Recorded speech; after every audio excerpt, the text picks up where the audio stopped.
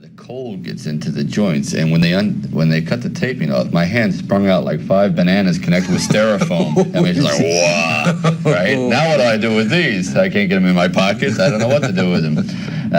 But the beef represented, I feel like he was going to the body. That was his whole battle plan, to go to the ribs. And I thought, what an imagery. Here is this hanging beef practicing on the ribs. Wow. So when the fight does occur, we have a direct visual reference point, and then we can string it together and have much more impact. Yeah. Everybody's going to say and everybody is, that there's a possibility that there could be an Oscar nomination, awards for Rocky. Does that get into your thoughts at all? No. If it happens, and I would like it very much to happen, of course, I'd like to win. I'd be, I think, kind of a fool if I didn't. But I don't think that that's going to happen. It would be an amazing end to an Odyssey if it did.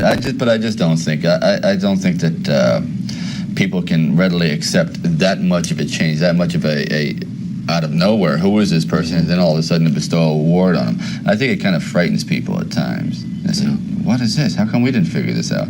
Nobody figured it out. It just happened. It was luck. You know, honest guys, there was no plan. It was just blind luck. Listen, we've got a few minutes left when we get back, and I'd like to find out just a little bit about you. Sure. We know about Rocky, so we'll be back right after this word with Sly Stallone. Well, you saw a little bit of Rocky. Not a lot, but I hope enough to get you into the movie theater and find out how beautiful a film can be. When I watched it, you got me tired just from the, as you mentioned earlier, the training aspect of a fighter.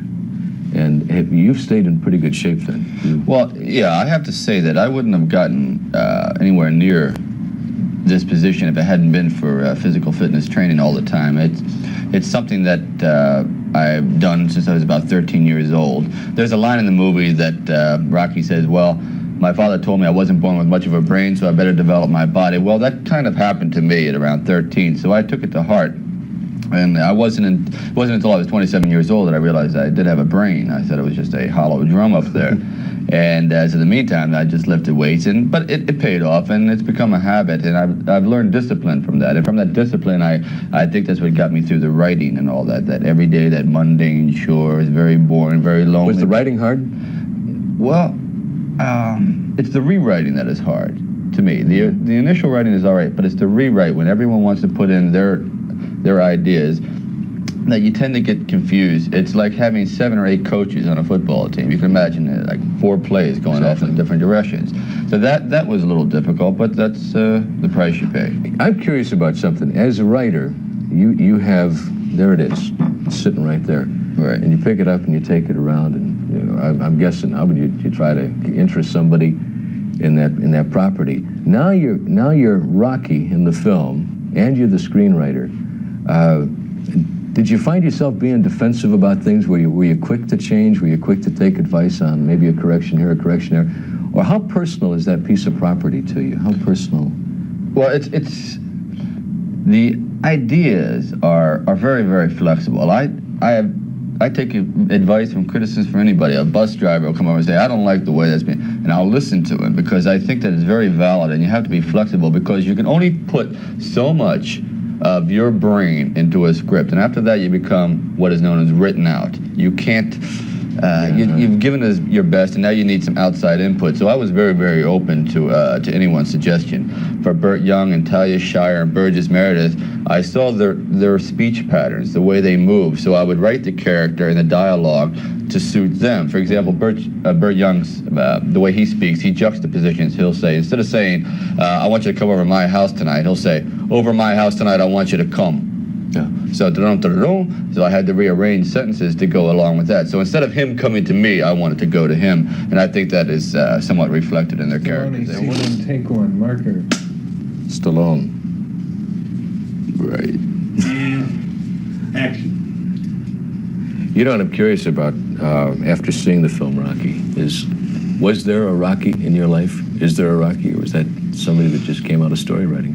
No, it's a fictional character, but I think most people have a Rocky in them, and that is a man who is dying to get out, dying to do whatever he wants to. Like, for example, if one man wants to be an artist, just for the ability to have the chance to be an artist, a man wants to be an athlete, he'd just like to carry that ball one time. So that's what I mean when there's a Rocky in each of us. But it's a fictional character. It's more of a state of mind than an actual, based on an actual character. The format, of course, is very strongly designed around Rocky Marciano. The man dreams of being Rocky Marciano. Unfortunately, he doesn't have the equipment to be a great legendary fighter such as Marciano was. You had, in the credits, it said that the boxing choreography was done by you. Right. So did you had a background in boxing? No, it was just a matter of studying the styles. I went all the way back to Stanley Ketchel fight and Jack Johnson at the turn of the century. And what I wanted to do was take the best moments from fighting for the past 70 years and condense them into 9 or 10 minutes, and that way I had a surefire fight sequence. At least all those men that had paid the price for many, many years, I condensed it, so I knew that was the formula. Then I had to choreograph it so there was a rhythm there. It just wasn't random slaughter, as it were. It was a kind of a ballet, a movement, and it finally built to a crescendo. It wasn't just haphazard punching. I noticed that, the movie opens with a fight. Right. And you're obviously not less equipped physically, but less equipped as a talented fighter in that particular opening than you are. You're dynamite when you get in the ring for the final fight, the championship fight. Now, in fact, I wanted to mention that the movie's of great local interest here because Talia Shire is Francis Ford Coppola's sister. Right. That's San Francisco. Carl Weathers played with the Oakland Raiders. Right. And I feel was he a running back? No, he was a linebacker. Linebacker. Mm-hmm. And so a lot did of you at all realize in the production of that movie that it was going to be good? That it was going to be special? Well, truthfully, when I walked out of the trailer, it was about 4 degrees, and in Philadelphia, the first scene was a running scene. And I wasn't sure about the director, how much he was going to be involved in this. And I walked out, and there I saw him laying in the gutter with a camera, and with the wind and the rats and everything blowing over him. I knew that we had total dedication. I knew I could hold up my part, and now I knew he could hold up his, and I thought we were going to, and I knew then we were going to be all right. Yeah, because some of the scenes are so dynamic, the scenes with Burgess Meredith, and then, of course, the other side of Rocky, the tender side, the side with Talia, the girlfriend. And now Burt was the brother of Talia in the movie. Mm-hmm. Now, when you were messing with the sides of beef, see, I got all these questions. I'm just so curious about these things because there seemed to be some scenes in that film where you couldn't look at your partner and say, somebody else is doing it, when you were doing those crazy one-arm push-ups and some of the running scenes. I just knew as a runner, this guy really runs. What about the side of the beat? Were you actually hitting that stuff? Oh, yeah. Again, when you're doing a film that... Pulling. Well, none of that I couldn't pull. So they would tape my hands until they were like cement. But after about 14 When you got in the ring with Carl Weathers, how'd you guys do? Did you hurt each other? Or was there... Well, there was. I mean, Carl is, when the people see the film, he's a rather large, rambunctious human being, and he had to learn how to throw a punch. He didn't know how to pull a punch, and it takes a lot of talent to learn how to pull a punch because it's twice as hard. Because as you go out, you have to be able to stop your punch, so it's like, whereas a normal boxer, of course, wouldn't do that. He would just let it go. So now, are you pulling those on the body? I am touching his skin. I'm pulling him as soon as I make contact with his flesh, because several times in the fight we did get a little carried away when we heard the fight crowd, and Carl would come out and he actually thought he was a champion. He would tap me a few times in the forehead, and those gloves were special gloves. They were sent from Mexico. They're illegal in this country. They're called Casanovas, so they're very, very hard gloves. It's like being hit with a cinder block. So when he hits me a few times, I say, Carl, please, you understand? I wrote you into this movie. You are my imagination. Do you understand? You are a character from my mind. I'm getting beaten by my own dreams. I don't understand this. So he did it again. So on the ropes, if in the second round, when I start coming back on him, that was an actual altercation when they separate us and we're yelling. He's going to get that gorilla back to his corner and all that. That we got a little carried away, but that's bound to happen. Out of the actual damage, I think Carl broke his thumb, I broke my ribs, I had a cracked sternum, and Carl had water on both knees and lacerations. Just a simple little movie. Yeah, right, in his really spine, and a U-turn in his back, and things like that, and I have permanent whiplash. But I'll tell you, it was worth it. Maybe Bing Crosby will sell You Going My Way. You know, just as a sequel to this thing. Carried away, should have been. No, it's a fantastic film. It's and as you said, there's a Rocky in all of us, and it comes out. What have you been able yet to show the film to have boxers seen it? Oh yes. What do they say? Well, Angelo Dundee saw it and said, when I quit, he'd like to handle me. I said, no, it's Faco.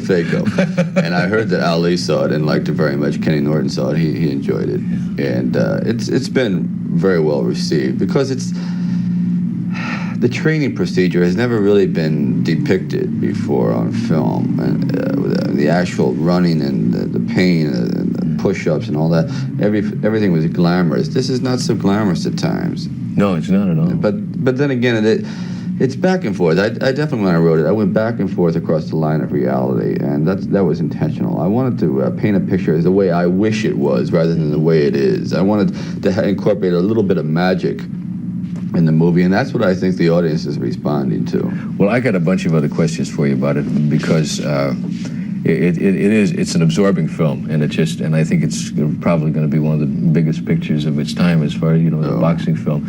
Listen, we've got a film of about 2 minutes, 2.5 minutes, and this is just an encapsulation of some of the events or activities in the film. Okay. We'll give you an idea of what Rocky's like, and then you got to watch the other. What would be left? 198 minutes. Yes, another 2 hours. 2 hours.